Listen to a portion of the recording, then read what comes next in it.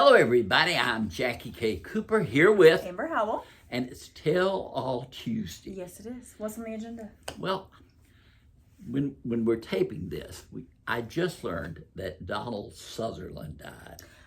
I learned that from you today, actually. I saw you share something about Yes, that. I did. I was so sad to read that. I'm so surprised you know who he is. Well, the Hunger Games. Oh, that's right. He was President Snow. That's Who is a character in the prequel correct? who has aged to Donald Sutherland. Yeah. He was 88. That's a long, good life. He made some great...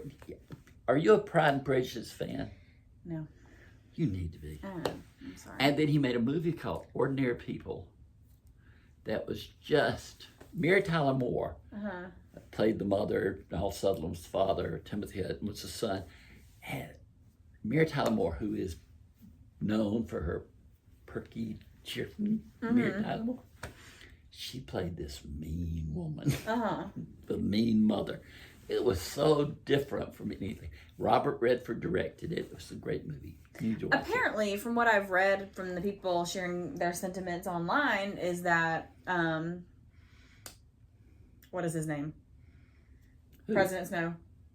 Oh, Donald Sutherland. Donald Sutherland. Thank you. Kiefer Sutherland's father. That's what I was about to say, Kiefer Sutherland.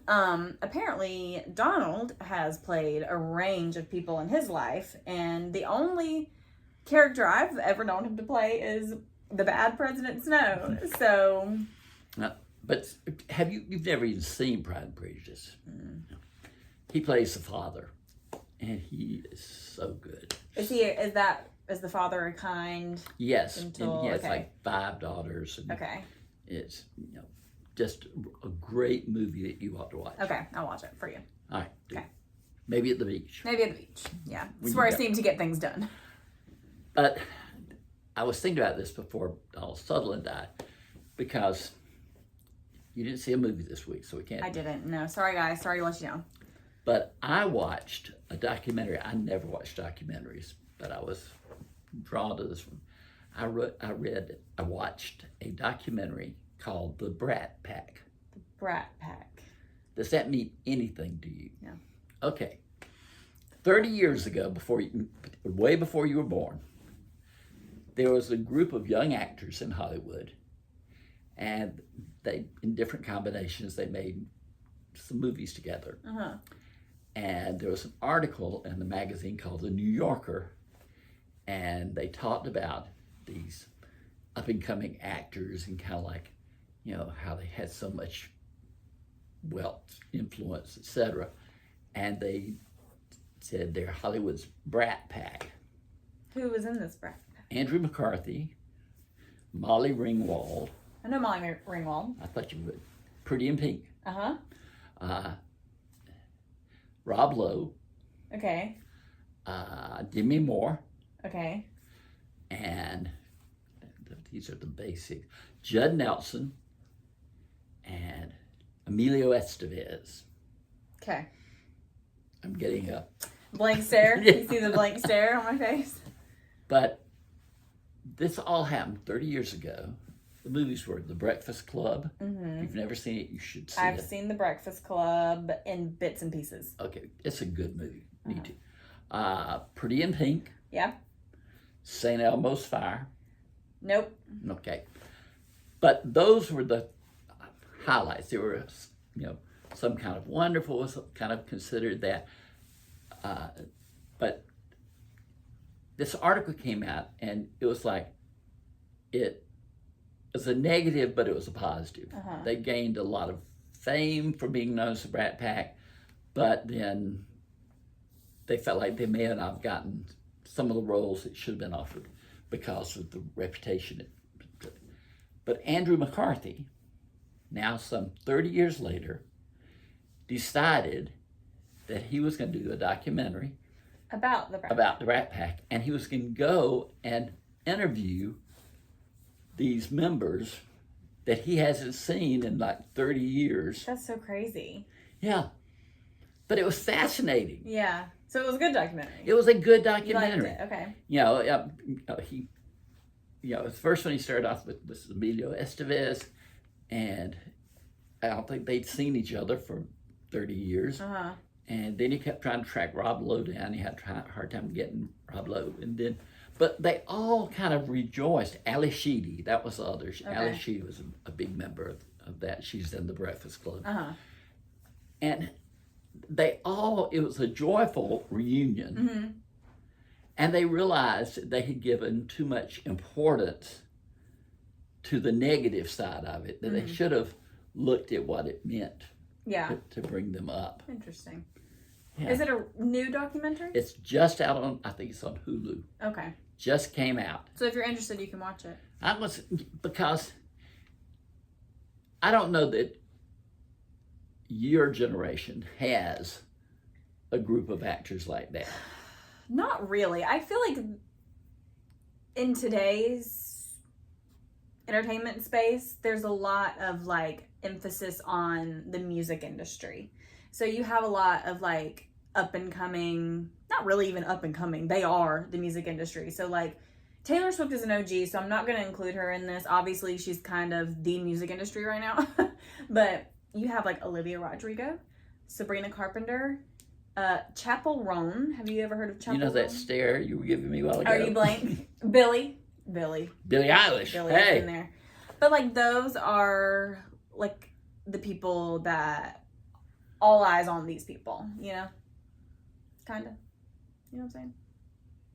What was that chapel thing you mentioned? Chapel Roan is her name. That's her name?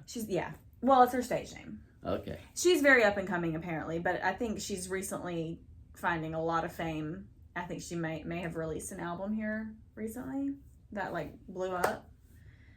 So when you say blew up, how could it blow up and me not know anything about it? I don't know, because you are the entertainment industry, aren't you? I read everything.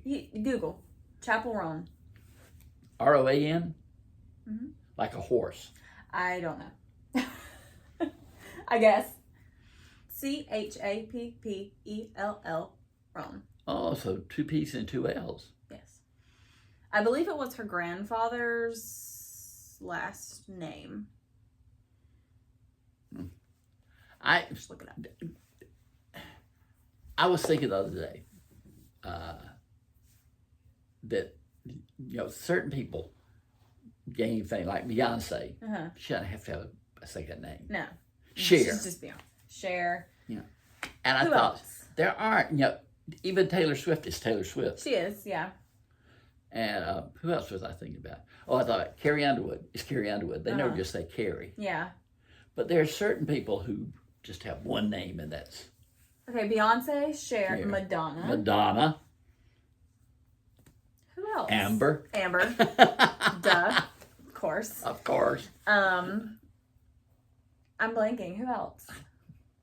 Prince. I don't know. Are there many men who are just one name? The only thing I can think of right now is The Rock, but that's The Rock. And it's Elton John. Elton John. Harry Styles. Michael Jackson. He was Michael Jackson. Yeah. You know? As big as he was, you would have thought he would have Michael. Yeah. But no. I don't know. We'll have to think on that. Huh? Who else? If you're watching and you... Yeah. They're probably 9 million. They're probably listening them out. My gosh, you didn't even think of so-and-so. All right, last week, you announced that you were watching Bridgerton. Yes. Have you made any progress? I finished season 1. Wow! I have not started season 2. Can I be, I don't remember. Can you be honest? Can I be honest? It was not, there's a lot of attention around it right now, and people are, obsessed with Bridgerton because season 3 just came out. But if Bridgerton season 1 had come out a couple of weeks ago and I watched it all the way through, it's not something that I would be obsessed with. If I... it has a cult following, so I feel like I need to watch season 2 and 3 just because everybody's like, oh my gosh, it's so good. But season 1 was not all that great to me. I liked it.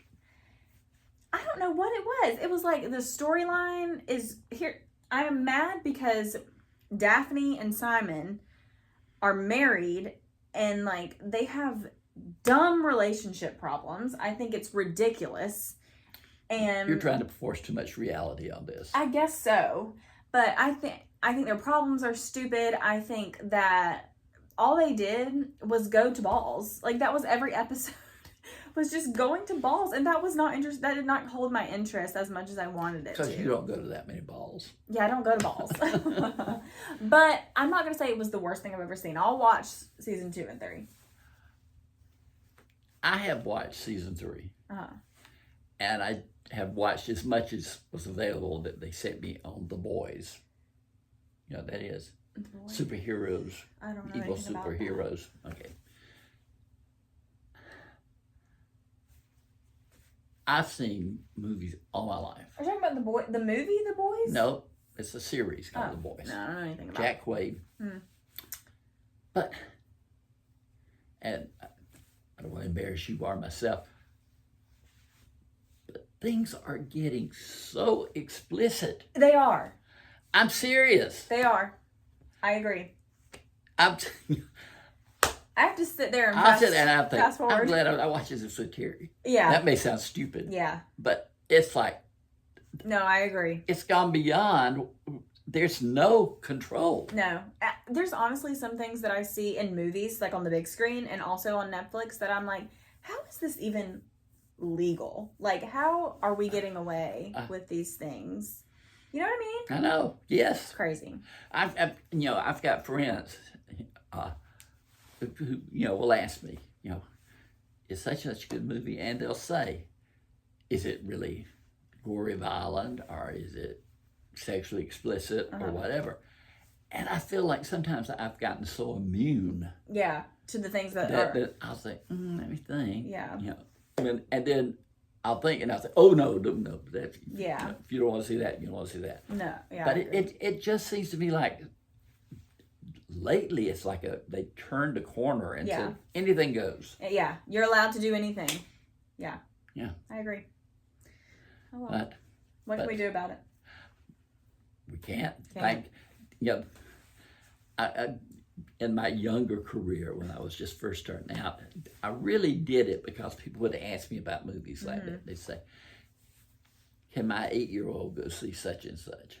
And it always got me because they would say, I know it's rated R or whatever, but they want to see it. Is it, why is it rated R? And I'd say, well, it's got a lot of violence in it. Mm-hmm. And they said, well, what about nudity? And I'd say, well, no, there's no nudity, but there's a lot of violence. Oh, that's okay. They see violence everywhere. So it's okay. They can see that. And then the next one would come up and say, well, what about this movie for my 10-year-old or whatever? And I'd say, well, but they say, has it got nudity, violence in it? And I said, no, but it's got a good bit of, sex and nudity. Well, that's okay. As long as it's not violent. I mean, it was like they wanted to justify to me what they were letting their children see. Yeah, so you held a lot of weight on your shoulders. But seriously, that's why when I first started reviewing movies, because people don't know what's in movies. They'll say, okay, it's rated PG-13, must be okay. Yeah. You always disclose in your movie reviews the rating. Always say the rating and why the rating is there. Yeah. So, who knows? Who knows? Who knows what'll be next? I don't know. But that is our Tell All Tuesday. Now everybody's going to be watching Bridgerton and the Boys. I know, yeah. All right. This has been Jackie K. Cooper with Amber Howell. And this has been Tell All Tuesday.